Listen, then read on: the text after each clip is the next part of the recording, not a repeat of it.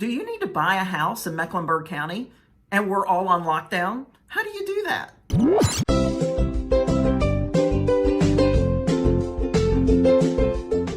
Hey everyone, this is Ann Rudd with eXp Realty and owner of the Ann Rudd Group. And I'm talking to you today about how to buy a house when you're still in lockdown.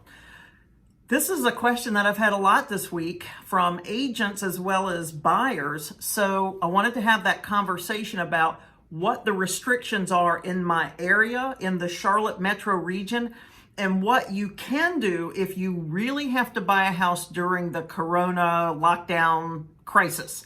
So first of all, counties in North Carolina, several of them are doing something different. So when the governor deemed real estate agents as necessary, essential in this state, he kind of kicked the can down the road a little bit and said that although agents and real estate transactions are essential, here's what the issue is. If there is a county that has tighter restrictions on real estate activities, those counties' restrictions supersede the states.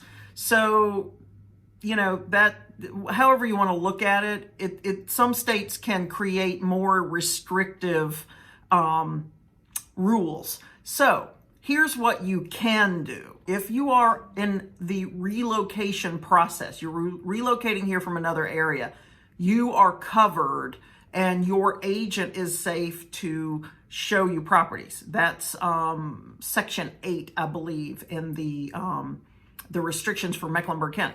Mecklenburg County, and from what I understand, Guilford County have the most restrictive rules for real estate agents right now. So we cannot be involved in showing houses. So some of this is kind of what I've put together. Some of this is actually what the county has ruled or has decided we're going to be able to do. So the first thing is if you want to buy a house and your agent can't show you houses, you've got to do some online research. So most agents have some sort of portal that are sending you properties. Once you've identified properties that you are interested in, you and your agent need to find virtual tours of those properties. Now, there are a lot of agents that don't have any walkthrough videos or that sort of thing with their homes, but the ones that do definitely take advantage of that information, go through the house virtually, whether it's a video or a click through or whatever it is. Take a look at that house and see, if you like the features in the home, if there are features that you don't really love. And then the next step, if you're still interested in that property, is to drive around the neighborhood. And that's something that you need to do as a consumer. Drive around that neighborhood. Look at, whatever.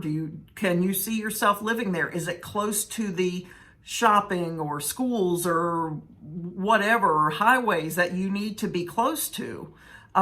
Because you and I both know there's a lot of people that they think they like the house until they get to the neighborhood, and then that doesn't work for them. So definitely drive around, make sure that it is a neighborhood that you could see yourself living in. Go find where the neighborhood pool is, the playground. So, make sure it's a decent distance away from schools or work or whatever it is that you need to be close to.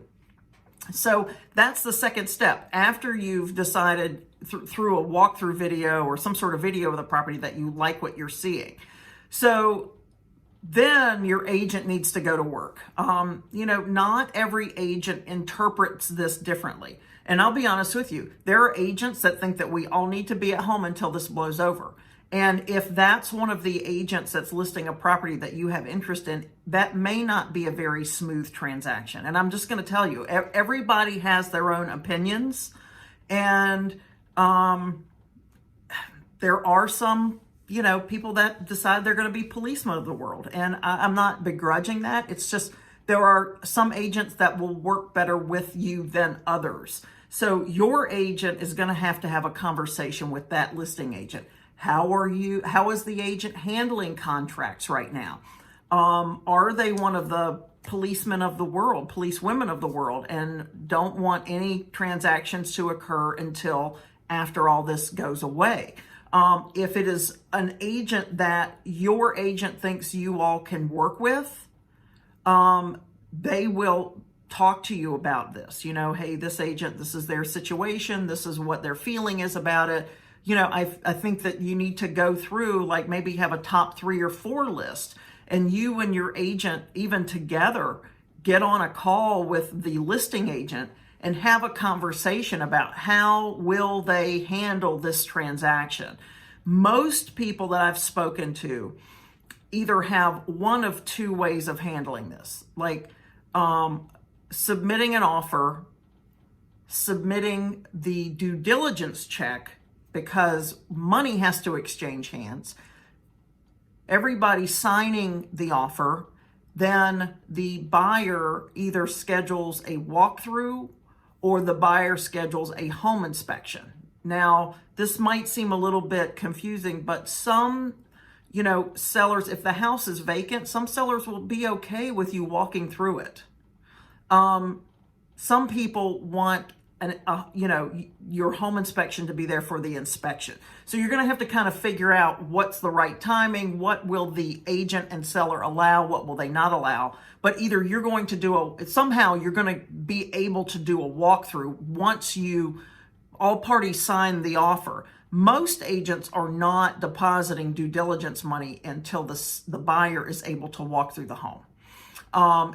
And we can either do due diligence money, like a small amount, and then increase it, or the agent and the seller not deposit the due diligence fee until the buyer says, okay, I want to continue with that transaction. And if that's the case, then you do your inspections, you do your appraisal. I would recommend that if your appraiser with your lender is still going into the property, many are not, but some still are. If they're going in, maybe you can schedule that appraisal to happen the same day your home inspection occurs. What we're trying to do is reduce the number of people, like number of days people are in the house. And we're trying to reduce the number of people in the house too. So if you're buying a home and you have kids, you're probably going to get pushback from me about showing your kids the house. I'm sorry, but if someone lives in that home, we have to keep out as many people as possible.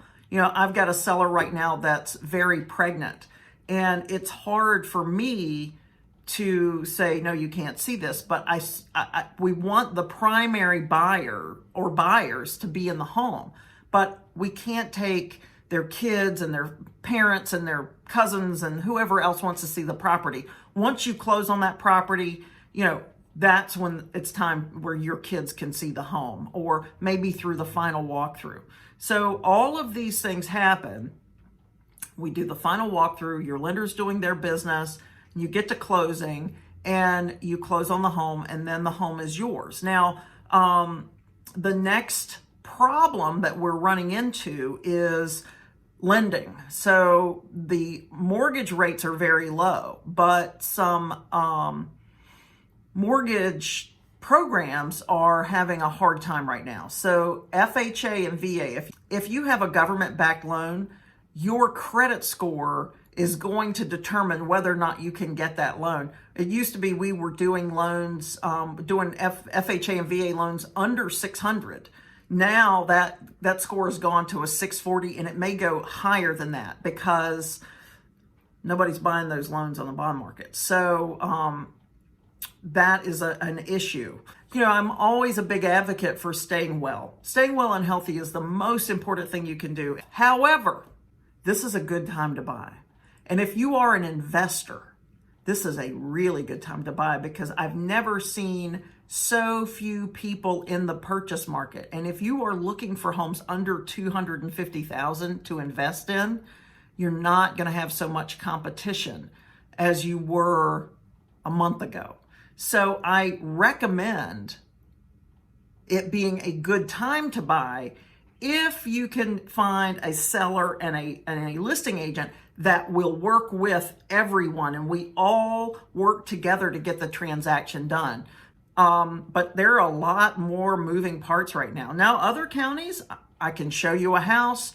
I do still practice this very safe showing. I don't touch anything in the home. I carry Clorox wipes and sanitizer, and I actually have a mask and shoe covers because we have to be able to I don't want to spread any germs into a home, and I don't want to take any out of the home either. So I'm trying to be safe for myself and also for the seller. But in other counties, Union, Cabarrus, and Cabarrus had stricter restrictions, and then they backed off on them. So Union, Cabarrus, Gaston, I think Iredell is good. York and Lancaster counties are pretty good in South Carolina as well for showing homes. So watch Mecklenburg. Mecklenburg's very tough, and I think Guilford County are the tough ones right now. But I whatever the situation is, whatever the rules are, we stick to them. But if there's the other party will work with us, we can make this transaction as smooth as possible for you. And yes, you can buy a home. You're just having to be a little bit more flexible with how we go about the transaction. So I hope this has been informative to you. If you like this kind of content about real estate in the Charlotte metro region, I'd love for you to subscribe to this channel. We post content almost daily, try to be very consistent with the news that we're bringing you about what's going on in the market. And please hit the like button so that we can get this content out to more people that want this type of content. And always go look at our other videos. We're putting out videos a lot, and I want to be able to help you make the best decisions for you and your family. This is not about me and selling homes, but this is a very, very tough time. It's a tough time for a lot of people. And if you have the information you need to make the right decision for your family, I feel like I've done my job. So I hope this has helped you. Feel free to reach out. For now, I still will put my cell number on this, 704-617-0847. If you want to look at homes online that are directly from the MLS, hit me up at annruddgroup.com. Register so that you have your own account and can see all the properties that are on the MLS right now. And I will see you soon. I hope you have a wonderful day, and I'll talk to you later. Bye.